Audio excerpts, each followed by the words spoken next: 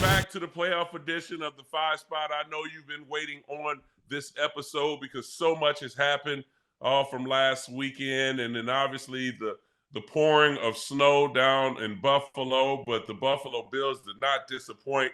I'm so excited to talk a little bit of football, and maybe we'll get some basketball for Armando to look confused all game. But more importantly, let's dive right into it.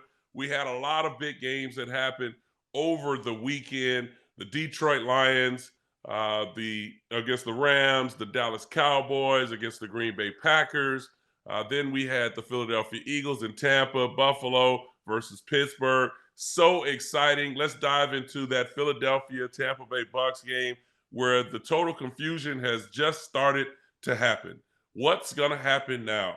And at this particular point, for me being an alum of the Philadelphia Eagles, the answers were definitely not there because I told them to run the football weeks ago, and it still did not happen. But what happens with Nick Sirianni? Is this one that Jeffrey Lurie has to make a decision going forward? Are names in the hat to be brought in for interviews? Or will he have to make tough decisions and readjust his coaching staff? Armando, when you look at where we are right now for Philadelphia's sake, struggling in the last 7 weeks of the season and then putting up that performance that we've seen in Tampa, do you move on from Nick Sirianni? And what do you think happens next year for the Philadelphia Eagles? Yeah, so the Philadelphia Eagles are no more because the team you just saw on the field last night lay an enormous, terrible ostrich-sized egg. They're done. That team is going to go away and disappear into history. The center, Jason Kelce, is retiring. He told his teammates after the game that he was leaving. He didn't talk to reporters after the game. He was obviously emotional. The questions of everyone in that press conference afterward, the question for Nick Sirianni, the question for Jalen Hurts was, is Nick Sirianni your coach? And Nick, are you worried about your job? And I would refer you back to the shots of owner Jeffrey Lurie in his suite as the when Tampa he was Bay like this. Well, that was his best. That was his best look. The other look was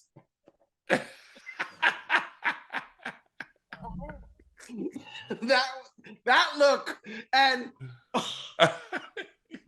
that it was just a defeated, disbelieving, disappointed, upset, angry owner. And typically when that is the reaction after and during a playoff game, those emotions get taken out on other people. And I do believe he is going to do that. If it doesn't rise, Donovan, to Nick Sirianni losing his job, and people are saying, how is that possible? He was in the Super Bowl last year. How could he possibly be fired? Jeffrey Lurie fired Doug Peterson 2 years after winning a Super Bowl. Just want to put that out there. That's what happened. And so Nick Sirianni didn't win the Super Bowl and lost 6 of his final 7 games or something like that. There will be coaches fired. If not coordinators, then Sirianni. But at the very least, there's going to have to be changes at the coordinator level on that team. And, brother, I got to tell you, Jalen Hurts has regressed. I don't know. I'm not. You tell me what you saw. Well, for one, I'll put it out there and say I don't think Nick Sirianni gets fired. I do think what they will sit down and talk about, because you got to remember who's tied to Nick Sirianni. That would be Howie Roseman, the GM that everyone loves. That thought, oh, he has the magic touch, and I tell you, this Howie Roseman, he's going after everyone to win now. And Howie Roseman is more on the hot seat to me than Nick Sirianni. But getting back to Nick Sirianni, Yes, there will be changes. I think Brian Johnson will become a head coach in the NFL somewhere. Defensive coordinator, I think Patricia will be fired, and Desai will be fired as well. So offense and defense, he will have to go out and get new offense and defensive coordinators. There will be an adjustment by position coaches on his staff. So I think before cutting and releasing and firing Nick Sirianni, there will be adjustments that he's going to have to make going forward from his coaching staff. Now, as far as Howie Roseman, I think Howie Roseman's on the hot seat. Now, when you look at the players, I think they're going to have to make a decision with the three. Fletcher Cox, obviously Brandon Graham, and then you just mentioned Jason Kelsey deciding to retire. They're going to have to make adjustments with the old guys and decide to get some young talent in there. Although going forward, I think you have to look at the young talent that they drafted. You know, the whole Georgia Bulldog defensive staff or defensive line, they're going to have to play better. Carter's going to have to play better. You know, Big Davis is going to have to play better. Smith is going to have to play better.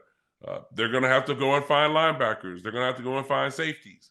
Offensive, questions are going to be, how long are they going to keep this offensive line this way? Because their offensive line, even though they're one of the top offensive lines in the league, they didn't play well in the last 9 weeks. And then obviously Jalen Hurts. What do you do to get Jalen Hurts back on track? Number one, I've been saying this for weeks, run the football. The reason that they were in the position that they were last year is because they led the league in rushing. And that was from the running game with Miles Sanders. I think he had almost 1,200 yards rushing or something to that effect. Jalen Hurts was up there with about 600 yards rushing or so. Gainwell was running the football. So they led the league in rushing. Another thing that they led the league in was sacks. They had over 70 sacks, I think was a record for the NFL last year. So everyone seems like they were teeing off on quarterbacks. They were close to last in sacks. In rushing, they were not even mid-pack.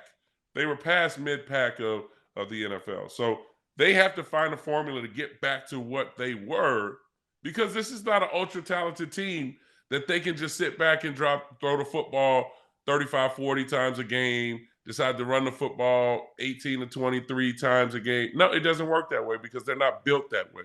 So I think going forward, I'm going to put the onus more on Howie Roseman, and then it's going to be more of Nick Sirianni's staff. So I don't think Nick goes anywhere. So let's drill down on that, because you mentioned Brian Johnson getting a head coaching job. Why? He's one of the hot names right now as far as young coaches that are on that task of becoming a head coach. Ooh, I'm sorry. I get you, but I don't see that offense producing. They were 0 for 11 on third down. They had 0 answers in game for Todd Bowles' blitzes. By the way, great job by Todd Bowles last night. That they've scored the fewest points that they have scored, 9, since 2021. In the biggest game that they have had, this season. And so, and oh, by the way, on the other side, wow, that unit has given up 30 points or more in 5 of the last 8 games that they have played. I've got a lot of numbers in my head, and I'm not a numbers guy. I'm trying to get the numbers out as quickly as possible so that I can continue to put words in there instead. So I just see like they lost their identity, Donovan. I don't even know what their identity was, Armando. From the beginning of the season. Remember, we talked about it, because there were the first 7 games of the season. We couldn't figure out, 1, is Jalen Hurts hurt? 2, the conversation between A.J. Brown and Jalen Hurts. That now changed where it became the focus more being A.J. Brown. Then they go to a spiel where they can't seem to get anything going in the first half of games. Their first 15 plays are awful. They're going in at halftime and then having to fight back in the second half to win games. Where now they're 10-1, and we're still trying to figure out what type of football team this is. And to be honest with you, the whole year has been in question, and so it caught up to them at the wrong time of the season, and that being the later part of the season. And now we're here trying to figure out what's next for the Philadelphia Eagles. Yeah, they're corners. No, sorry. No. Not good enough. Bradbury has always been the Diamond Girl. Remember the Diamond Girl? I told you, remember the Diamond Girl. You make sure you send that limo. Send a limo and flowers. Make sure you get them there happy because you want to see them at the game. And that's what everybody has done. And listen, I've been watching this game, and I've been really focusing on, because Slay was out for a couple weeks with the knee surgery. And so I'm watching it. Everybody's going after Bradbury. And remember, we talked a little bit about, hey, they used to play man. They bring pressure. They couldn't play man anymore because you don't have Slay on the other side. So who do they go after? They go after Bradbury. And so who did they go after yesterday? Because that game really, to be honest with you, and I'm a scary fact, that game would have been a blowout by halftime if Tampa would have caught the football. They had 5 or 6 drops. The tight end had about 3 to 4. And then Mike Evans had a deep ball that was walking into the end zone. On who? On Bradbury. And so that's the thing about this, is you have to make decisions from a personnel standpoint, when it comes going forward. So let's do this. You're Jeffrey Lurie, which means you are now an old guy with billions of dollars. Congratulations. You're doing, and you're not a happy camper today. What are you doing to fix this team? What are you demanding, and what action are you taking? Well, first, I need to sit Howie Roseman down and have a conversation with him as far as what is your plan going forward. If you're here back at this position, at the GM position, and we decide to keep you and Nick Sirianni because you're tied together, what is the plan going forward? And I need at least 8 to 10 things that make me feel confident that, okay, we're going to go in this right direction. And how much is that going to cost me? Because you're going to have to go free agent route. You're going to have to cut probably about 6 players, being 4 of them on defense. One of them you just paid, and that being Bradbury. And then the safety position, you just let both of your safeties walk. With Gardner Johnson and I think Epps, both of them became starters, I think, with the Raiders and then Detroit. Your linebacking core hasn't been the same for the last couple years because all your linebackers have been gone. Your defensive line, you kept 2 of the old guys in Fletcher Cox and Brandon Graham, and the young guys didn't step up like you thought they would, being Jordan Davis and Nolan Smith. Carter had a decent rookie year where he was an alternate on Pro Bowl, but your rotation. Williams played well in that game, but no one knows who Williams is. And so the list goes on. And then offensively, I need to know what we're going to do to make my quarterback look better and for us to play better on offense. And so after I talk to Howie Roseman, I need to sit down and talk to Nick Sirianni. What are you going to show me, or what is going to be different that's going to make me keep you here? Because right now, and the whole thing is the public cry. In Philly, they're coming down hard. They're going to be outside the facility. They're going to probably have signs. It's going to be talked about on WIP.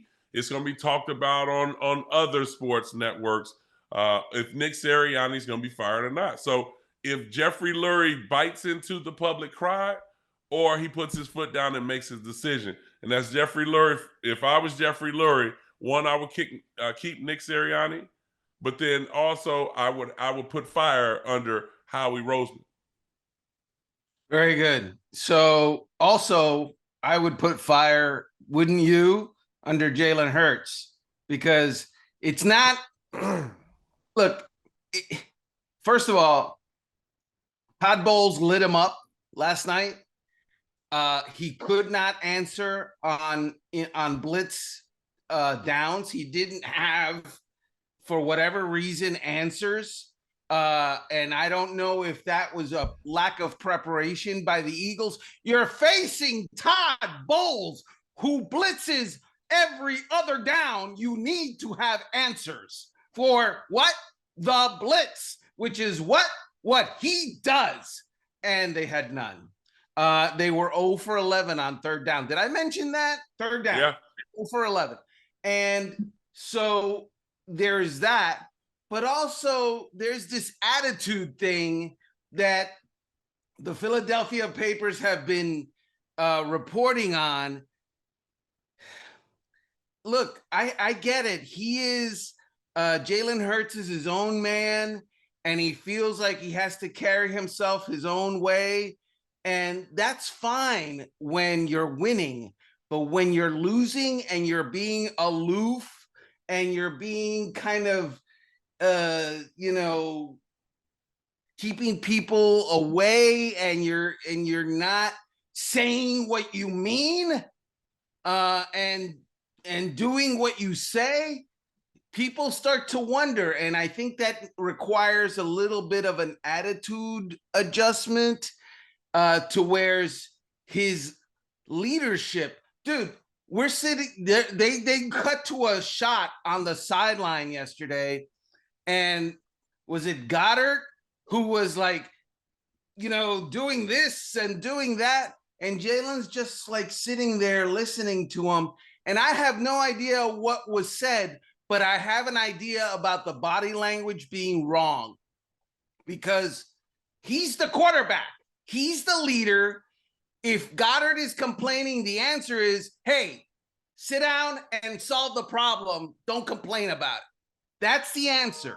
And I didn't see that a whole lot yesterday, and I haven't seen it a whole lot this year either, where there's been questions about what's going on that sidelines and guys upset about this or that. Hey, man, if you're upset, be part of the answer, not part of the problem.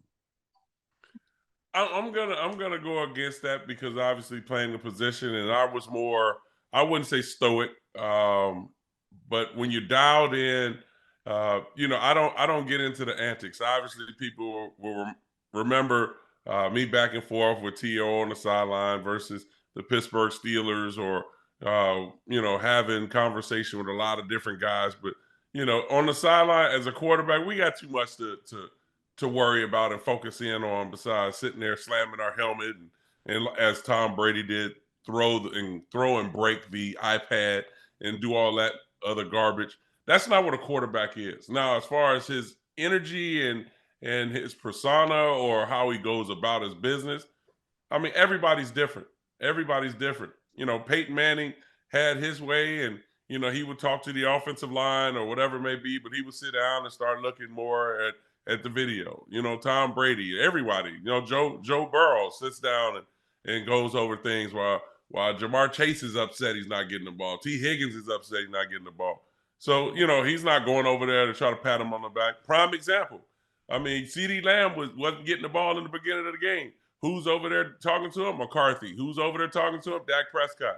What happened in that game? You start trying to feature CeeDee, and then things start to go wrong. And so I just think for quarterbacks, it's a lose-lose situation when you're winning, and, you're approaching it the way you do and with your personality. It's fine. Everybody's always so serious. I love the way he approaches. He's such a professional. But as soon as things start going wrong, he needs to get up and slap people in the helmet, headbutt people, get pissed off. I want to see something different from him. And it's like, wait a minute, on just not even a year ago, y'all were loving the way his approach and his cliches and the way that he talked in the media. And he's all about business. And then now all of a sudden I need him to be a little bit more, assertive and start yelling at people and be a little bit pissed off. And that's kind of contradicting everything. And so I just think going forward, I mean, he is who he is at this point. What does he have to do? He has to play better. At the end of the day, Nick Sirianni's got to coach better. They got to be more prepared. and they got to get better talent. They have to get better talent going forward.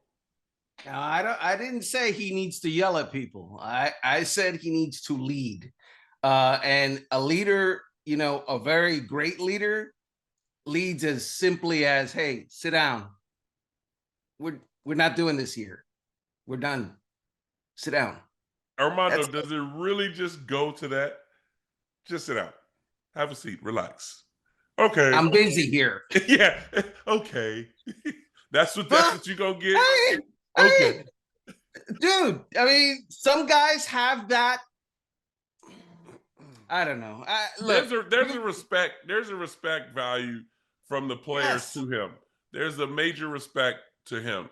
The way that he approaches, the way he prepares, the way he goes about his business. That team really and truly respects him and defends Jalen.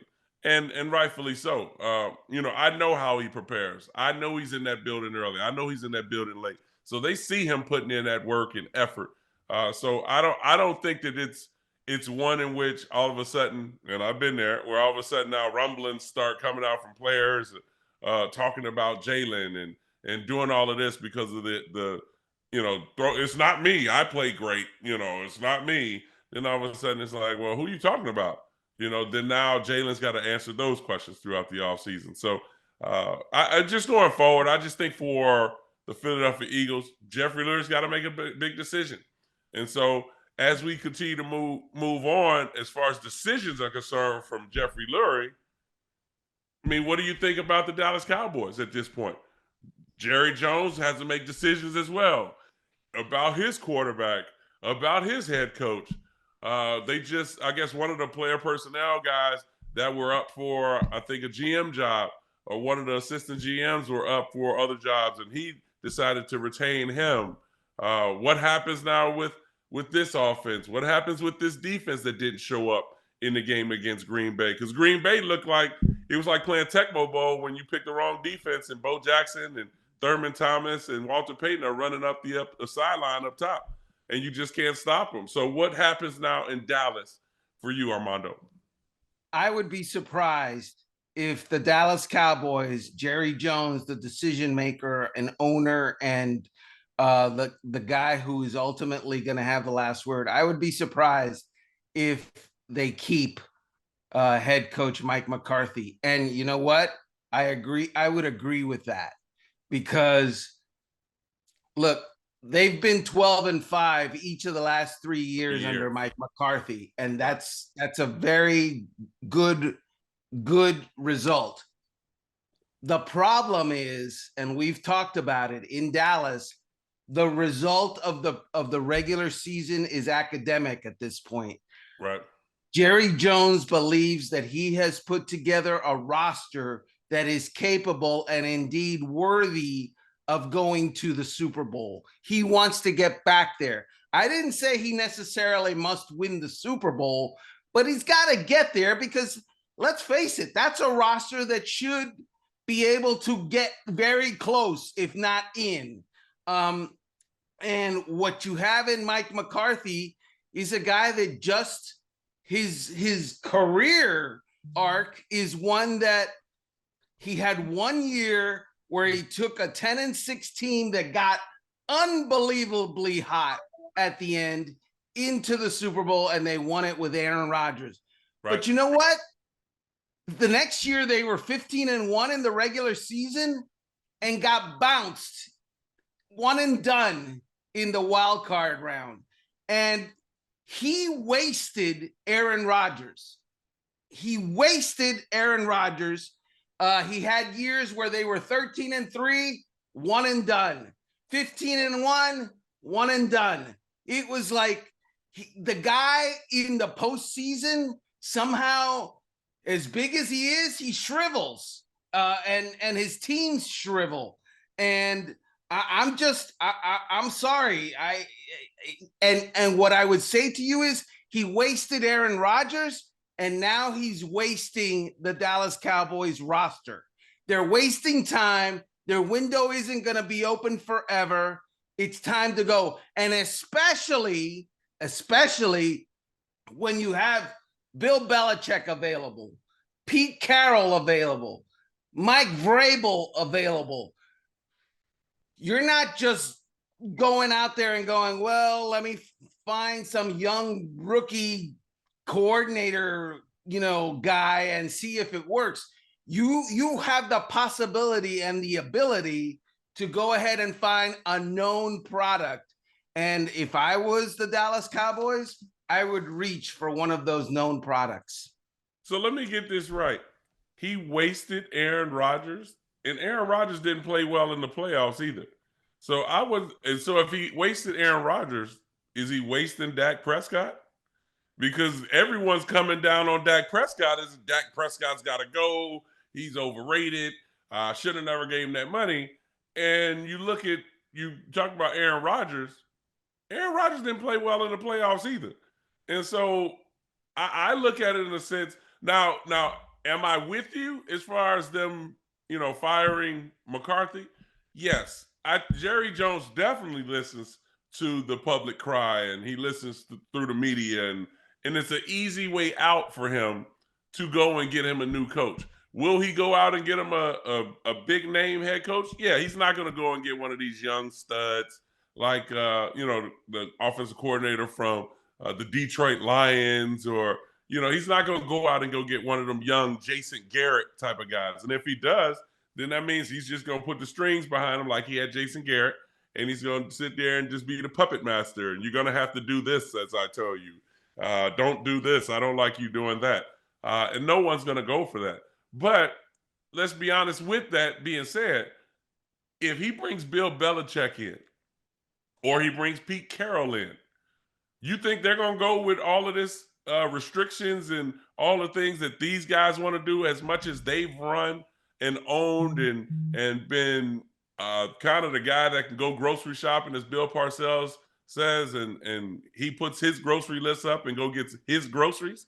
You think they're going to allow Jerry Jones to just be all in the media after the game, having his press conference before he even addresses the media? I don't think so. And so I just think for the Dallas Cowboys at this particular point, they have a lot of decisions to make, because number one, the GM is Jerry Jones. And number two, it's easy for him to have McCarthy walk, because he's the one that held McCarthy hostage pretty much and kept him there that extra day, I think, when Caldwell was coming in.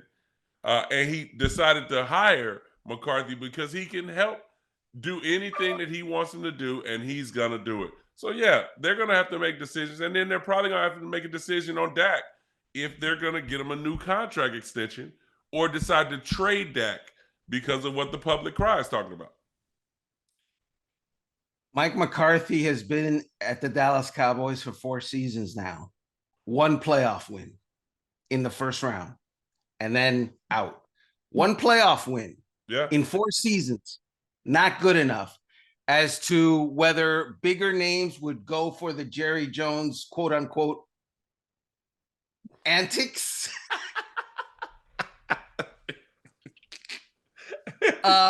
Yeah, they would. Bill Parcells went for it. Bill Parcells is Bill Belichick's mentor, and Bill Belichick would go for it.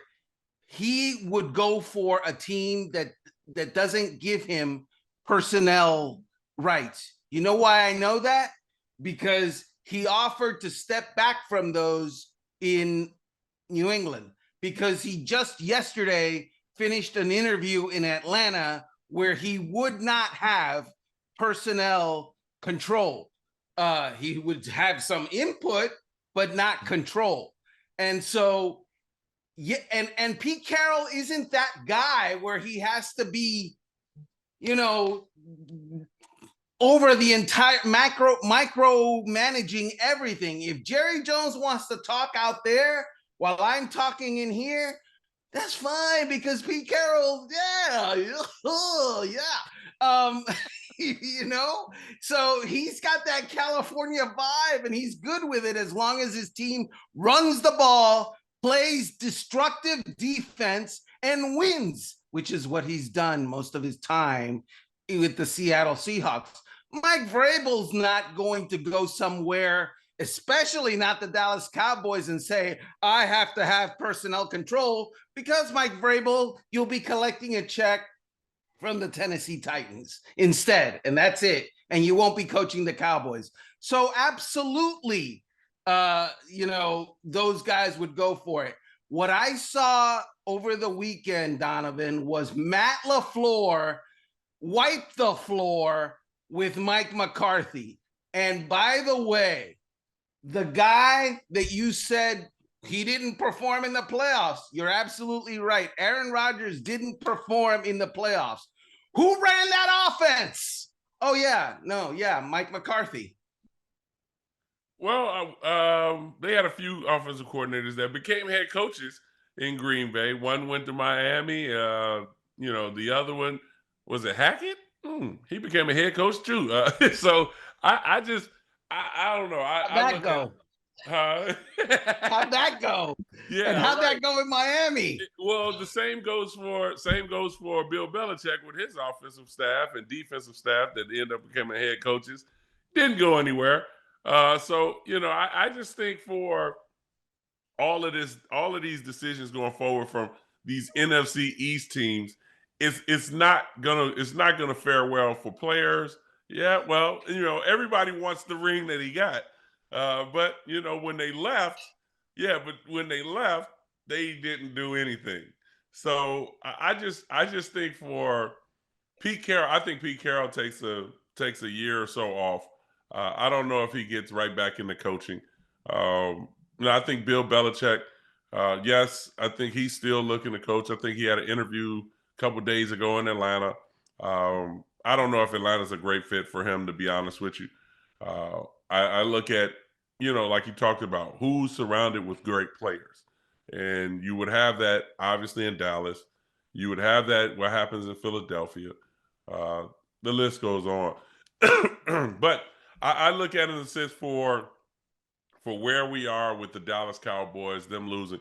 The Green Bay Packers and the way they play. You bring up Matt LaFleur. Matt LaFleur and this young team, and it's funny you brought up Aaron Rodgers. Well, everyone, it seems like in the world, was coming down on Jordan Love. Oh, he doesn't have it. It was a wasted pick. Look at him. He's struggling.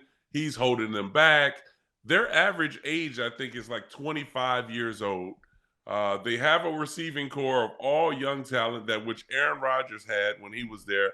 And all of a sudden, they're elevating their game and making great plays. Dodds, Watson, Davis, all these guys are making great plays. Musgraves at tight end, the list goes on. And for us to sit back and not really give them praise, I think really overlooks the promise that we've seen from Jordan Love and that football team. Do they have a chance versus San Francisco? The Green Bay Packers season is already a stupendous success, okay? Because you mentioned the youth of that roster, the youth of the quarterback, the youth of the team. They have blossomed almost like a year early. And it took them a minute because they weren't great early in the season. Right. They're pretty good now, and they're in the divisional round, and they're playing pretty good. Right. And that roster is going to, sort of marinate over the offseason and come back better, I think. You mentioned their wide receivers, their pass catchers, young. Jordan Love has gotten it now. Is he fully there? Probably not. Yeah, but right. He's climbing. He's climbing. Dang. Right? Yes.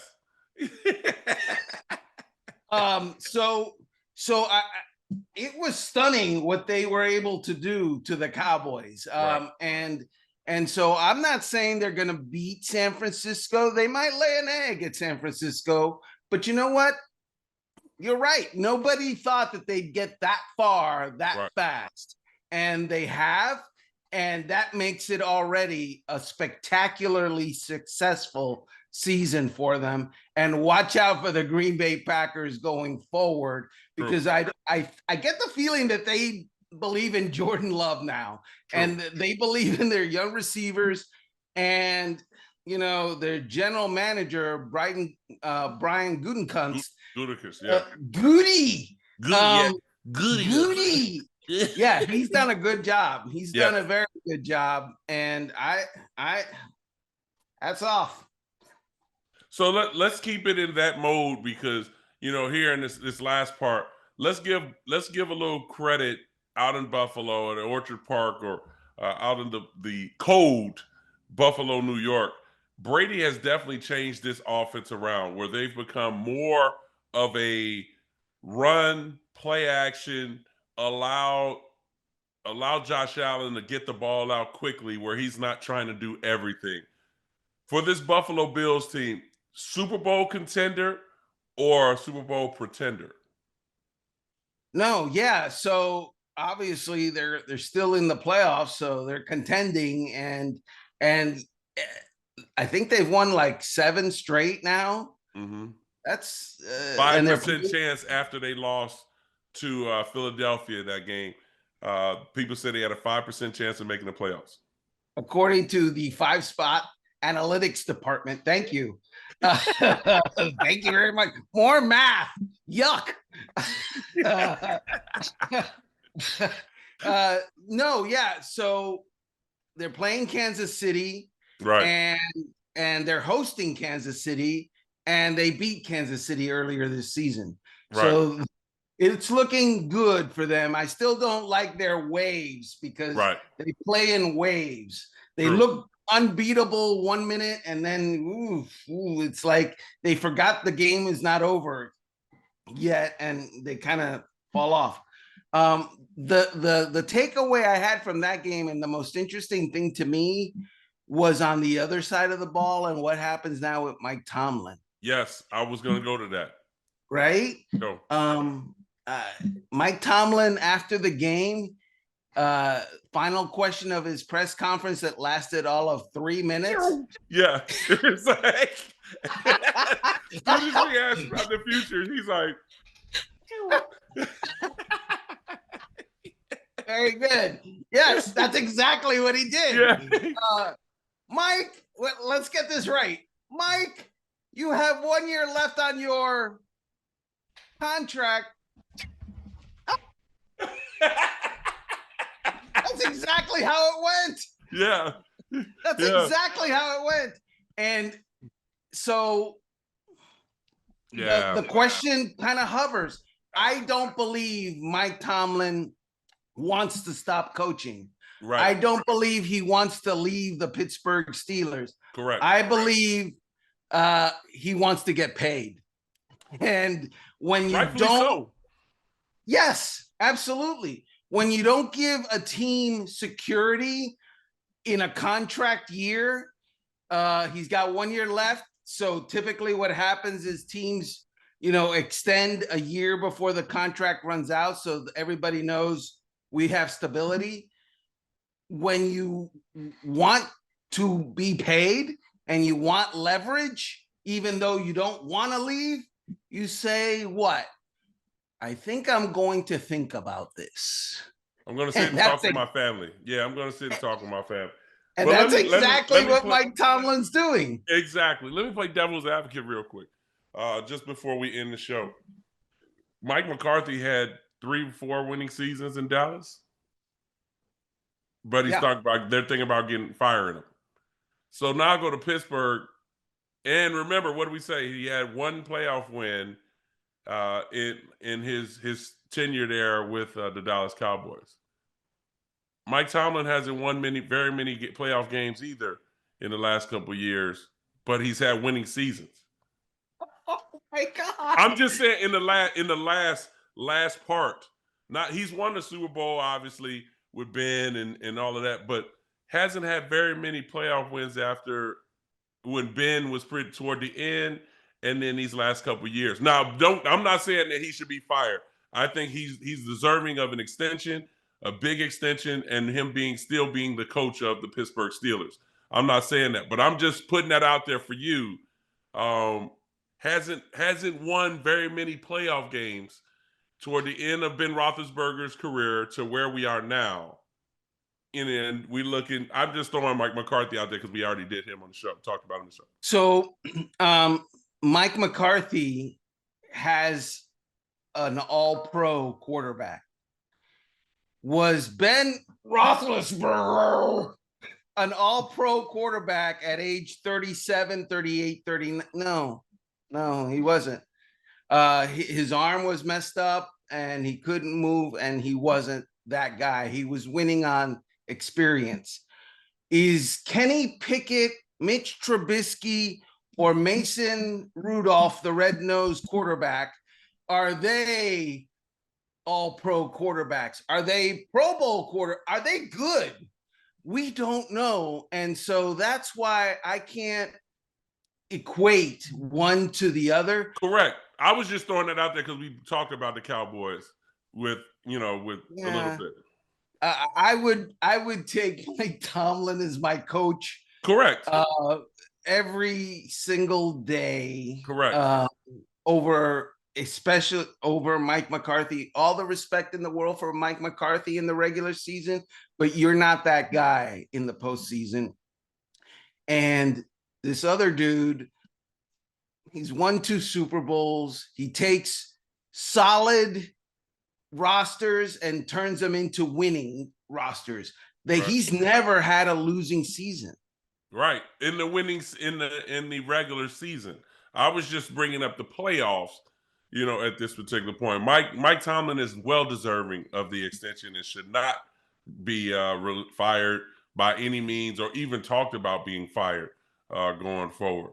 But let's go ahead and wrap the show up at this particular point. We got another explosive show as we recap the games coming up on Thursday and talk about the games this weekend. I'm so excited. Armando's fired up. You can tell his neck, that vein in his neck is starting to rise because he's getting so excited. Oh, not the vein in the forehead. Uh-oh, watch out. Join us here Thursday at the 5 spot.